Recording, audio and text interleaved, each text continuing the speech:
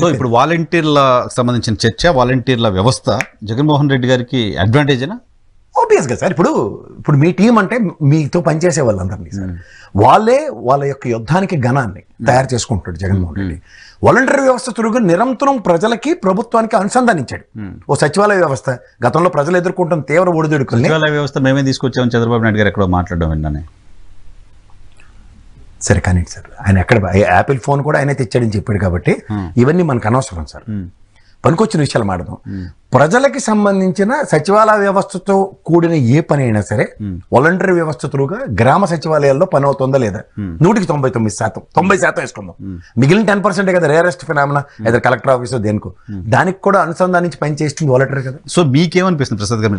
నేను అంటుంది సార్, ఇవాళ ప్రజాస్వామ్యం ఉన్న దాంట్లో మీకు ఒకటే ఒకటి గుర్తుంచుకోండి, ప్రజల చేత ప్రజల వలన ప్రజల కొరకు అన్న ఎబ్రివేషన్ కి ఒక రాజకీయ పార్టీకి ప్రజలు గౌరవ మర్యాదలతో అధికారం ఇస్తారు.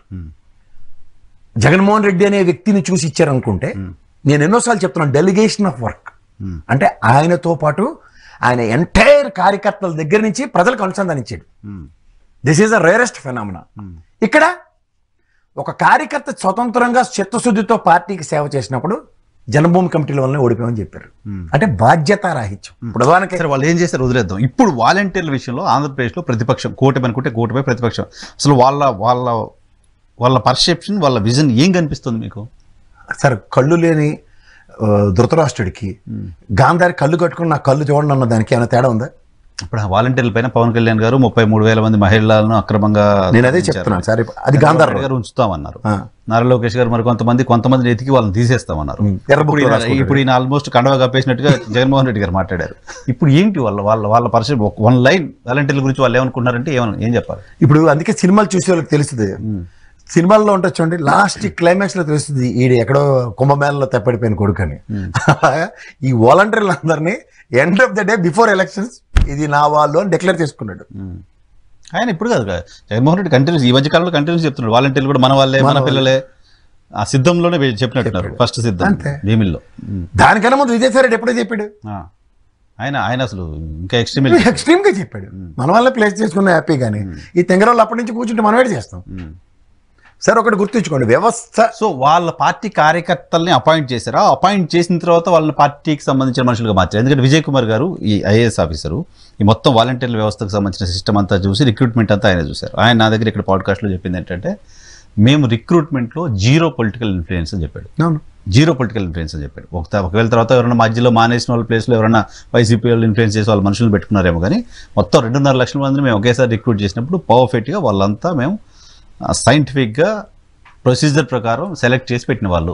మీకు సింపుల్ ఐడియాలజీ చెప్తా సార్. అంటే వాళ్ళు రిక్రూట్ అయిన తర్వాత వైసీపీ మనుషులు. అదే సార్, ఇప్పుడు ఎవరికైనా నేను ఇందాక నుంచి చెప్తున్నా కృతజ్ఞతా భావం అని చెప్తున్నా. ఇప్పుడు 50 ఏళ్ళకి ఒక వాలంటీర్ సార్, 2200 మంది ఉన్న గ్రామానికి సచివాలయ వ్యవస్థ. ఇది కదా జగన్మోహన్ రెడ్డి మనస్పుత్రిక. ఇప్పుడు ఈ 2200 మంది గ్రామంలో డివైడ్ బై 50 అయ్యండి. ఒక్కొక్క 50 ఇళ్ళకి 2200 మంది అంటే 4 ఉన్న ఇల్లు అనుకుందాం.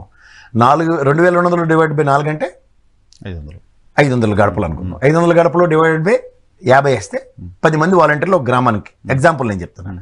ఈ 10 మంది గ్రామ వ్యవస్థలో వాళ్ళే కదా. ఇప్పుడు మీ ఇంట్లో ఎక్కడో ఒక పాలేరు కొడుకో, లేదంటే మీ దూరం సొట్టపోడు కొడుకో ఎవడో మీకు 50 ఏళ్ళకి ఒకడు ఉన్నాడు అనుకోండి సార్. ఆడ ఊర్లో రోజు రేషన్ ఇవ్వడు కదా. పెన్షన్ 1వ తారీఖు నాడు పొద్దున్న తెల్లారుజామున 5 గంటలకు పని అయిపోయింది. అది చేసి పనులు చెప్తారు. 2 పని ఉండదు కదా అక్కర్లే. రెండోది, ఆ రేషన్ వచ్చిన రోజు ఇస్తాడు.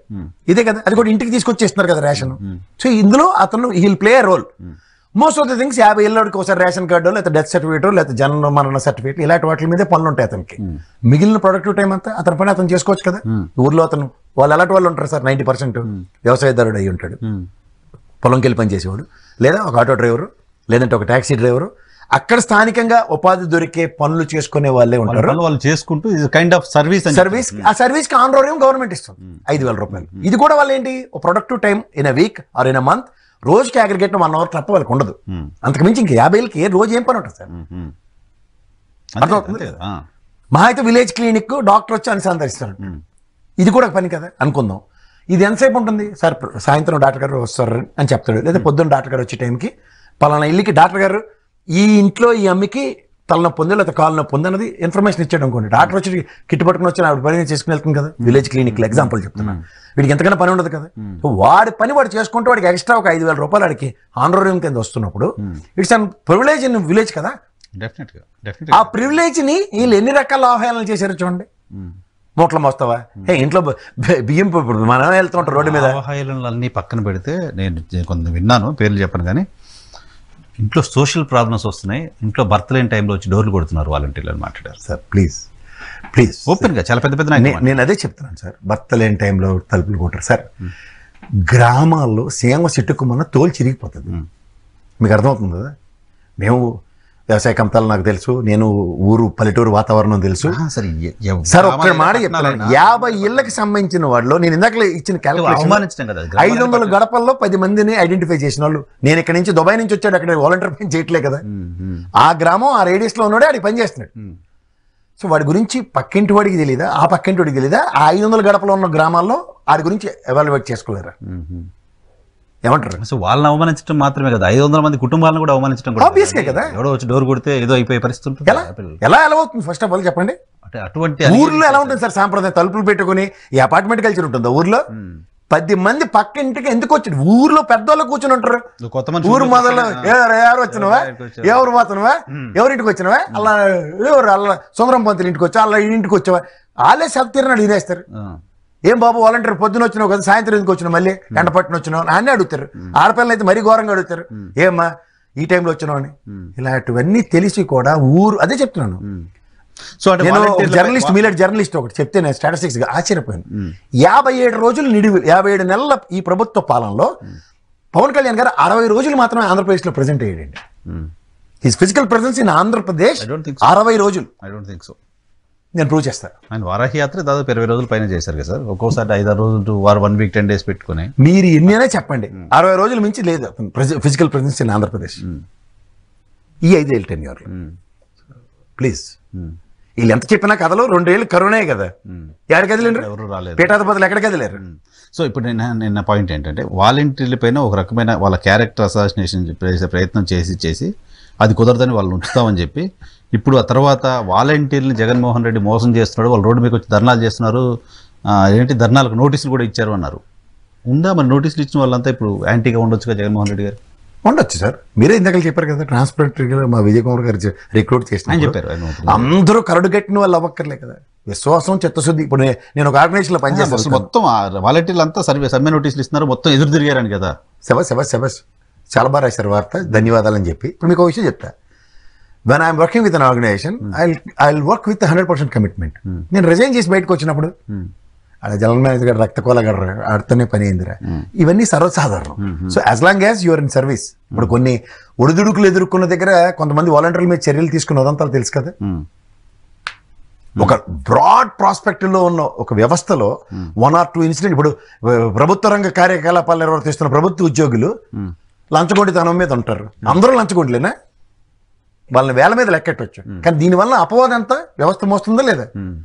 గవర్నమెంట్ ఎంప్లాయీస్ అంటే లంచగొండిగలని బయాస్ స్టేట్మెంట్ ఇస్తారు. అట్లాగే వాలంటీర్ వ్యవస్థలో 1-2 జరగన ప్రధానమైన పత్రిక ఈ రోజు రాసింది ఏంటంటే వాలంటీర్లకు దోచిపెట్టేశారు. వాలంటీర్లు దోచిపెట్టారు, మరి ఉద్యోగులను ఎందుకు నిర్లక్ష్యం చేస్తున్నారు?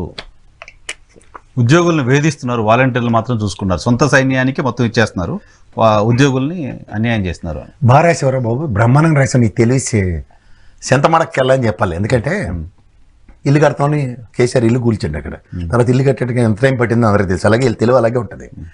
ఎగేసుకొని తీసుకెళ్ళి ఫిట్మెంట్లు 72% ఇచ్చి, ఇల్లు గద్దెలు కట్టి 5 రోజులు పని చేయించి, బస్సులు వేసి, ట్రైన్లు వేసి, ఎంత చేస్తే లాస్ట్కి ఏం చేశారు?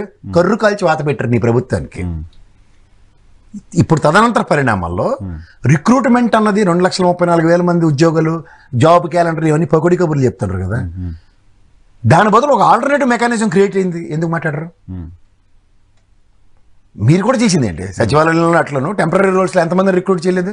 అలాగే కదా ఫస్ట్ మీరు ఎప్పుడో 2004లో రిక్రూట్ చేసిన వాళ్ళని నాకు తెలిసి 118 ఎంతమంది జగన్మోహన్ రెడ్డి మొన్న 3 DSC పెండింగ్ ఉన్న వాళ్ళందరినీ గవర్నమెంట్ తర్వాత చేసింది. ఇప్పుడు DSC నోటిఫికేషన్ ఇచ్చింది. సో ఇవన్నీ ఒక నిరంతర ప్రక్రియ ప్రభుత్వ వ్యవస్థలో జరుగుతూనే ఉంటాయి సార్. గవర్నమెంట్లో వాళ్ళకి ఆ పాటేం కాదు. ఆవు సేలు మేస్తే దూడెళ్ళి గట్టు మీద మేది సార్. సెంట్రల్ గవర్నమెంట్ రిక్రూట్మెంట్స్ అన్ని పర్ఫెక్ట్ జరిగిపోయి మీరు నేను చిన్నప్పుడు చదువుకున్నప్పుడు యూనివర్సిటీ నుంచి బయటకు వచ్చిన తర్వాత రోజు ఆర్ఆర్బీలు బిఎస్ఆర్బీలు స్టాఫ్ సెలక్షన్ కమిషన్లు ఇవి నిరంతరం పడుతూనే ఉండేవి మనకి. అందుకే ఎన్ని కోచింగ్ సెంటర్లు ఉండేవి తెలుసు కదా మీకు.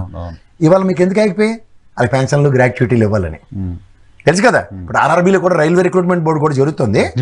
ఫిక్స్డ్ ఇన్కమ్ అంతే, పిఎఫ్లు గ్రాట్యుటీలు అంటే పంచాయతీలు లేవు. ఇవన్నీ అందరికీ తెలుసు. కానీ వచ్చిన తర్వాత మేము వస్తే క్యాలెండర్ ఇచ్చేస్తాం, ఏడిస్తారు. ఇవన్నీ పకోడీ కబుర్లు సార్, అంచేత ఇవి కాదు వాస్తవాలు. ఆల్టర్నేటివ్ మెకానిజం క్రియేట్ చేస్తున్న ప్రభుత్వాలు అన్నవి మీరు ఆలోచించండి.